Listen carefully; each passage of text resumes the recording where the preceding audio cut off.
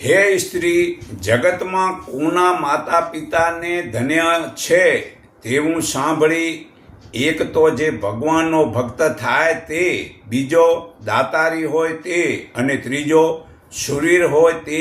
સર્વેમાં શૂરવીર જે ધર્મનું પાલન કરતો હોય તેવા શૂરવીર સંતાન બનાવે તે માતા પિતાને ધન્યવાદ છે. પાના નંબર 684 મહાભારતમાં પુરાવો છે. તો ઉત્તરા બોલી, હે નાથ, હું તમને શૂરવીર ત્યારે જાણું કે તમે મારા પ્રશ્નનો ઉત્તર આપો, તે વચનથી બંધાવો. જો ઉત્તર ના આપો તો મને પુત્ર આપવો પડશે.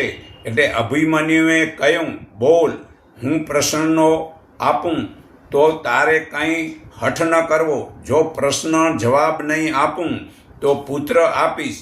એ પ્રમાણે વચને બાંધીને ઓતરાએ કહ્યું, એકાદશીનો દિવસે પિતૃનું શ્રાદ્ધ હોય અને નારીને ગર્ભ દિવસ હોય તો દિવસે ત્રણેયને કેવી રીતે પવિત્ર પાલન શુદ્ધ કરવું.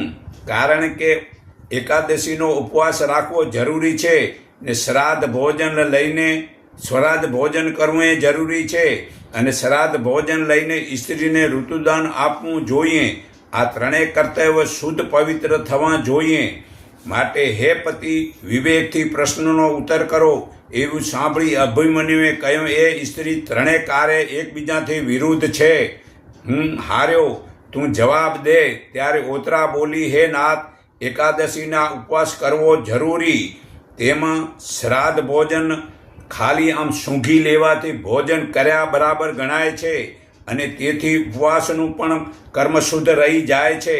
ને એકાદશીની મધરાત્રિ પછી 12 વાગ્યા પછી સ્ત્રીને ઋતુદાન આપવું તો દિવસ બીજો ગણાય છે. તેથી કરીને ઉપવાસ શુદ્ધ પવિત્ર ગણાય છે. આ પ્રમાણે ત્રણેય કાર્ય સચવાય છે, તેમાં બંધન લાગતું નથી. તે જ જ્ઞાની પુરુષનો ધર્મ છે. પછી અભિમન્યુએ ઓતરાને ઋતુદાન આપ્યું. પછી ઓતરાએ કહ્યું કે હે નારી, હવે તારે મારી જીવવાની આશા છોડી દેજે. તમે મારી માતાની ચાકરી કરજે અને ઈશ્વર સમણ કરજે, દિવસો વિતાવજે. તે ઓતરા રડી પડી અને અભિમન્યુ તે રણમાં એટલું યુદ્ધ કર્યું કે કૌરવના બધાય દીકરાઓને એક રથના પેડા વડે મારી નાખ્યા.